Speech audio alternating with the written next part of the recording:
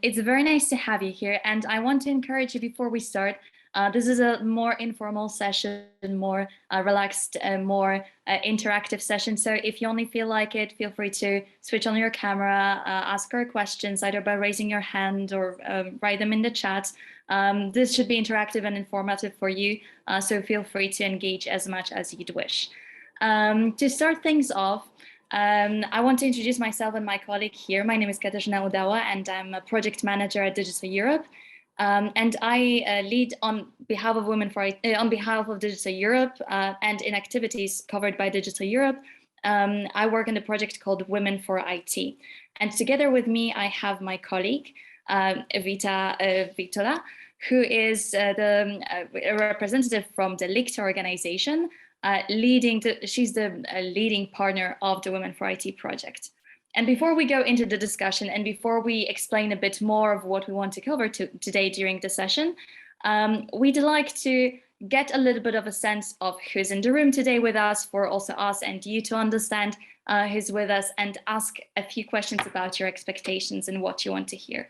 So I would like to ask you to head to the Mentimeter. Probably after 2 years of the pandemic, you are quite familiar with the tool. But my colleague Neve has sent it in the chat. You can go to either menti.com and enter a code that you can see in the chat, or go to the Mentimeter presentation where you would be voting through the link that she has shared. And let me share my screen so I can see people already voting. You are very, very quick. Very good. So just looking at who we have with us today, I can see that, can you see my screen? Is everything okay? Perfect. I can see that we have quite many company representatives. We have an EU institution representative, very happy to have you with us. A couple of civil society organizations, someone from a national government, very, very nice. We also have someone that is interested as a woman to start a career in digital. So you definitely will hear something that might be of interest to you and a way of kicking off of that track, that career. A researcher and someone else that's also here. Very good to hear. So we more or less have a feel of who's in the room. It's very good because this way we can also attach, kind of adjust our presentation to your needs. So let's jump to the next question of what your expectations are for this session. So feel free to make it very short, but think of what you would want to hear about today and what would you like to cover. What do you think about when you think women in digital, and why you would want to, maybe not why you would want to discuss it, but what you would want to discuss. So I can see digital skills. I will give you 1 to 2 minutes to add a couple of things in here.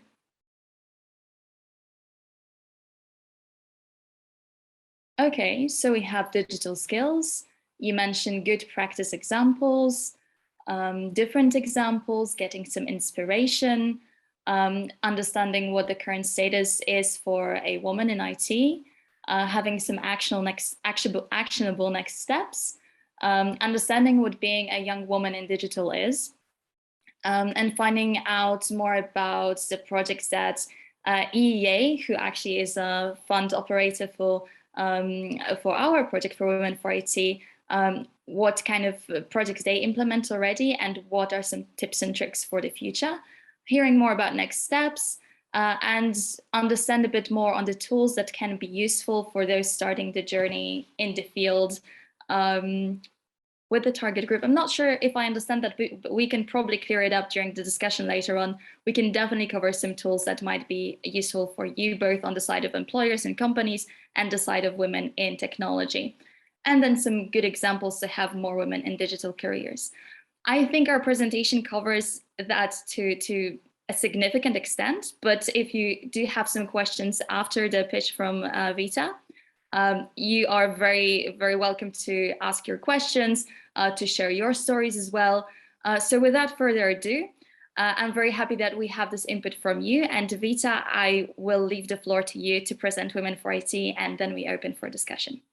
Okay, thank you, Katarzyna, for the introduction. I will try to share my screen. to have some slides to stick to. Yes, I hope you can see it. As Katarzyna already mentioned, my name is Vita Vītola-Lapiņa, and today I represent Latvian Information and Communication Technology Association on behalf of the Women for IT Consortium. I'm so happy to see a lot of people here who are interested in women in digital. So as Katarzyna mentioned, please feel free and during this session, raise your hands, ask your questions, use the chat functionality. We want to make it as interactive as possible. I'm happy to be here today. I'm always happy to share our Women for IT experience because it has been a real life changer for a lot of women across Europe. We started the Women for IT project 4 years ago with a really nice vision, but with today's eyes, I would say with lack of ambitions, because today's outcomes have outgrown the initial plans, and what we thought that would be a 3-year initiative turned out to be so successful that we're still continuing it and upscaling the project up till next year, and maybe, who knows, even further. So in total, the project has been implemented in 9 countries. 7 out of them, they have been the piloting partners. And so our initial vision starting this project was to decrease youth unemployment issues in Europe, and to introduce more young, neat women into ICT professions. So our main target audience were the young women who are currently unemployed, or maybe they're on maternity leave, they're not studying, and they're still finding their real path. And our goal was to provide them with the opportunities to retrain and to enter into digital jobs. I hope you can see my screen. We'll move forward this way. Okay. So what was our approach? We started with research of the current market trends and the employer's needs. And based on that research, we developed 8 job profiles. And based on that profiles, we created knowledge and skills attitude evaluation tests to match women's interest, skills, and needs to one of the job profiles we have identified. After this profiling tool and matching, we offered women 160 hours of training program with individual training roadmaps for each of the women. In parallel, during the training activities, we worked quite hard on the career support activities. We offered things like job shadowing sessions, career info days, meeting with companies. Also, we worked on the mentoring part. We worked on individual mentoring. We had group mentoring sessions, and we had the empowerment workshops to work more on soft skills and career guidance questions. And we also organized meetings with the potential employers, and we created an employment toolkit. An employment toolkit, this is kind of a virtual brochure or a book. I hope that my colleagues can post also the link inside the chat so you can access it in all of the partner country languages. And this virtual employment toolkit, it helps with tips and tricks and a guided 10-step process, how to start your career. So from basically 0 to step 10 with the initial goal to land a digital job. For the young neat women. And from the employer side, it was more tips and tricks and suggestions. How should employers act and move forward if they would like to employ neat young women or youth in general? So what are the main things that the company should follow and take in consideration? Here on the slides now you can see the 8 job profiles we developed within the project. The training program was approximately 160 hours, so we worked together with employers to identify the needed skills and the positions for the job profiles, which are needed in the job market. And secondly, which is also important, Jakub in the main discussion told us that you don't become a specialist in 1 or 2 months. But our training program was for 160 hours. So we needed to identify what are the skills we could train during this 2-month period. And these are the 8 job profiles we came up together with the employers, bearing in mind, of course, that after the training, women would be suitable for a junior type position or an internship. And the growth and the training would continue, of course, in the workplace further on. So together with the employers, we created the job profiles, the content of the training, and the roadmaps for women. And we identified these 8 job profiles on the European scale, but each of the piloting countries choose the profiles which are most suitable for their country, and then they'll localize them. For example, in Latvia, we identified 6 of the profiles, but while recruiting the participants, we noticed the tendency and the interest of participants mainly in 3 of the profiles: tester, digital media specialist, and data analyst. In other countries, of course, the tendencies were a bit different, but within the scope, we developed these 8. But when we're thinking about scaling up the project, of course, additional profiles could be added based on the country needs or the job market tendencies, and using the same methodology we used while developing these 8 profiles. So in the beginning, I said that when we started our journey, we kind of lacked ambition, and here's why you can see why. Because our initial plan was to reach 10,000 young women all across Europe, and here you can see that we reached almost 37,000 young women, and these are the numbers by the December last year. We are continuing the project with the second phase, and currently the recruitment and training is ongoing in all the piloting countries. So we believe that by the end of the summer, the numbers will be doubled. And this is why I love this initiative. So here you can see the numbers reached and the women trained and hired, but behind every number, there's a story, there's a life changed, and before the trainings, we usually had a discussion with the potential participants. Why do they want to have a digital job? What are their expectations, and why they want to retrain? And of course, the answers were quite different, but there are some main tendencies which we noticed. Of course, first of all, they all want to have a meaningful job. And the second thing is they want to have flexible hours and work from home opportunities, because a lot of women who we trained were either new mothers or they were from rural territories. So they wanted to have this work from home option so they don't have to move to a larger city. And of course, another thing is that they wanted the competitive salary, which the industry could provide comparing to maybe other industries that have been working previously. And more than a year has passed already since the first young women graduated the program. And I had the opportunity to meet some of them, because last week we organized also job training sessions and career activities for the new participants. And it was a pleasure to meet participants who have finished our training program. And you can see that they have reached the goal set. They're working in the industry. They have the flexible hours. They have the opportunity to work from home. They have a quite competitive salary. Of course, we did not ask to showcase the numbers, but still they're satisfied with the path they have chosen, and they feel that they have met their goals, and now they can pay it forward by helping the new participants. And what we have done, I already mentioned that we have started the second phase of the project, and an important thing I wanted to notify is that during the second phase of the project, we would like to upscale the project and implement other countries and regions and organizations to our good case example.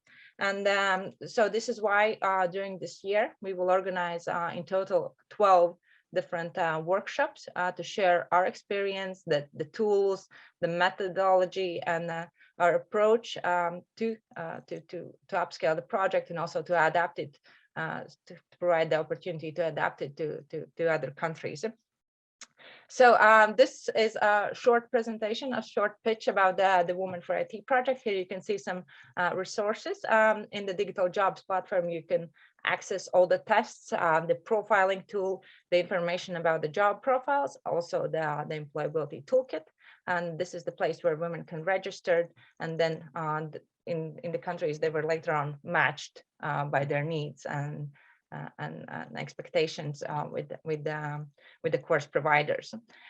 So this is a general presentation. I'm open to any questions if you have some. I was happy to see that we have such a wide audience from different stakeholder groups. Kasia, I will stop sharing now so I can hopefully see some of your faces. We have one question from Elizabeth from the chat asking, what was your biggest lesson learned in the project? Vita, do you have anything in mind? Lesson learned. We have a lot of lessons learned. One thing that we learned is that when we started working with needs, we kind of in the beginning we thought they would be kind of all qualified in the same category, their needs. But needs, this is really a large audience. These are women who are 18 years old, who have finished high school, and they have no previous experience, no previous, no higher education. And at the same time, needs are also women who are 29 years old. They have already a master's degree, for example, in a different background, for example, in culture or in music. Maybe she already has 3 kids. So this is a completely different background from the woman who is 18 years old. They are both qualified the same, but you need to have completely a different approach in training, in mentoring, in motivating her, and a different attitude towards them. So the thing that we noticed is this individual approach, this mentoring helped us to understand the background of each woman much better. So we could adapt not only the training methods, but the communication and all the mentoring process in general to each of the women.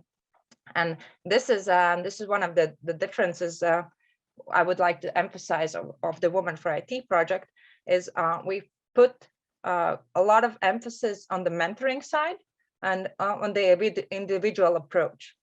For example, when you're training a group of women, you have to understand that each of them there's a personality behind them, and they have their own individual maybe issues. They have this individual family situations, and you have to be very, very flexible to approach them, to adapt the training program, to adapt the mentoring and the rest of the activities to reach the goal.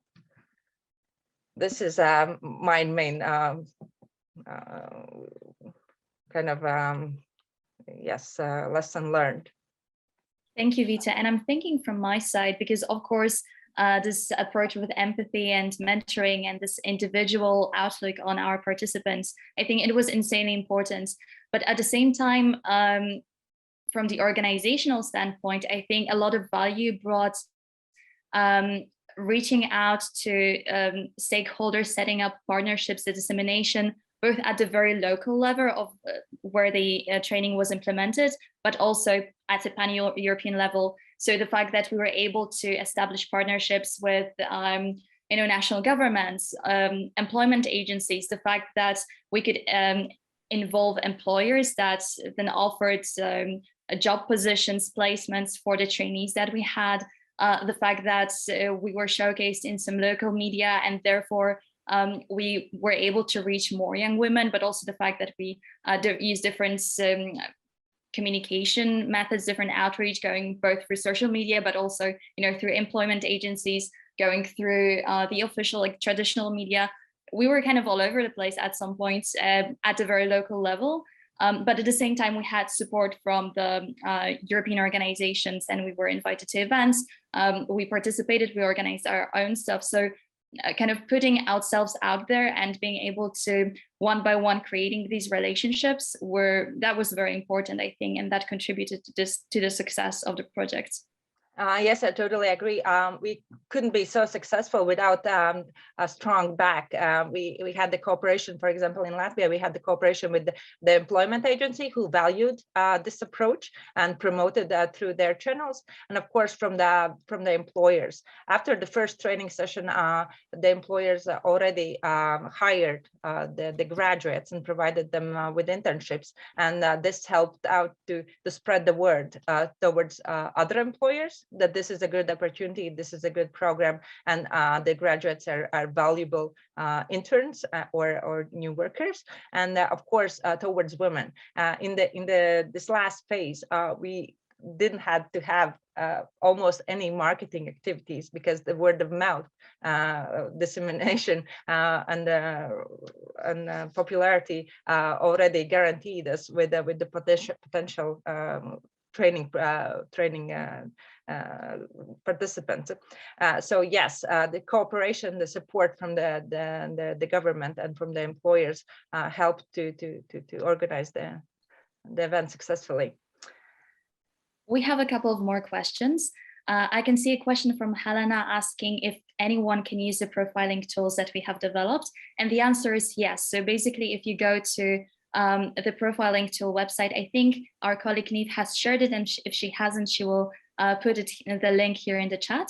But basically, anyone can test themselves. If I'm not mistaken, Vita, correct me if I'm wrong in any place here.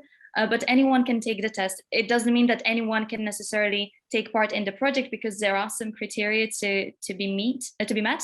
However, everyone can do the test and see how digitally fit they are. What is the profile that fits their skills, their aptitude best? So everyone can test it out for themselves. I'm cutting it a bit short because I know that we only have 7 minutes late, and I want to reply to all the questions that we have. From Zrinka, I can see that she's asking, what is the value of non-formal education and access to it when it comes to competence development and professional and personal growth of the participants, and later on stepping onto the labor market? I think that's a really good question. Vita, because you were more engaged in the training part of the projects, what value of non-formal education have you seen throughout?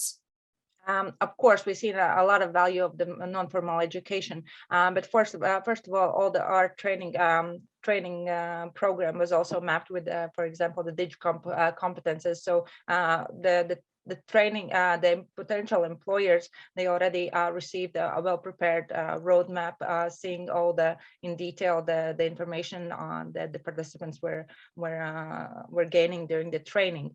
So later on, when they enter the workforce, they continue their training programs, because we see a lot of initiatives from employers in the ICT field in Latvia. They are lacking employees, and this is why they often also create their own training programs within the company, or they're creating boot camps or other summer schools, how to engage general society, also their interest into ICT and their training programs. So Women for IT initiative was one of the activities the employers really valued, and after the women have graduated our program, they continued the ongoing learning process already in the next step within the companies. Thank you, Vita. And I'm being informed that we have 1 minute left. So I just wanted to say very quickly that if you have any questions at all, you can reach out to myself and Vita. We will share our contact information here, but you can also find it on the event page and the Digital Europe page and the Women for IT page. So you can always find our contact information, but Neve, if you can drop it in the chat, you can always reach out and also see how we can collaborate. We will be scaling up the project. We are looking for partners, other organizations who want to use our example and then establish their own projects, either locally or in their country or in the region. So we're very happy to, jump on a call with you, have a conversation, tell you more about our lessons, our experience, and just make sure that you can learn from us and also implement the projects the best way possible. And support women who want to go into the tech sector, but also as women that want to go into digital, we're also happy to share some input and some inspiration. I also put some testimonials from our participants here in the chat. So if you'd like some inspiration, you can find it there. I also wanted to add that all the tests and all the materials and tools are available in English, so feel free to visit the webpage as well, and they're free of charge and accessible for anyone, so feel free to use it.